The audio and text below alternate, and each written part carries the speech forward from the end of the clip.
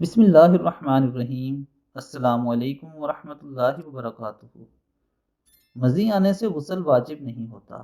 علی رضی اللہ تعالیٰ عنہ سے روایت ہے کہ مجھے مزی بکثرت آتی تھی، چونکہ میرے گھر میں نبی کریم صلی اللہ علیہ وآلہ وسلم کی صاحبزادی فاطمہ الزہرا رضی اللہ تعالیٰ عنہ تھی۔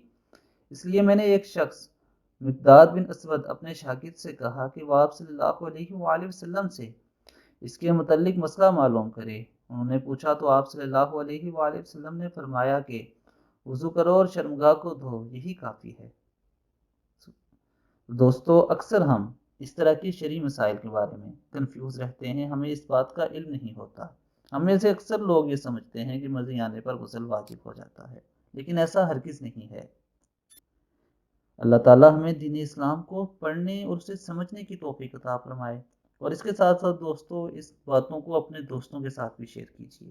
اللہ تعالیٰ عمل کی توفیق عطا فرمائے۔ السلام علیکم ورحمۃ اللہ وبرکاتہ۔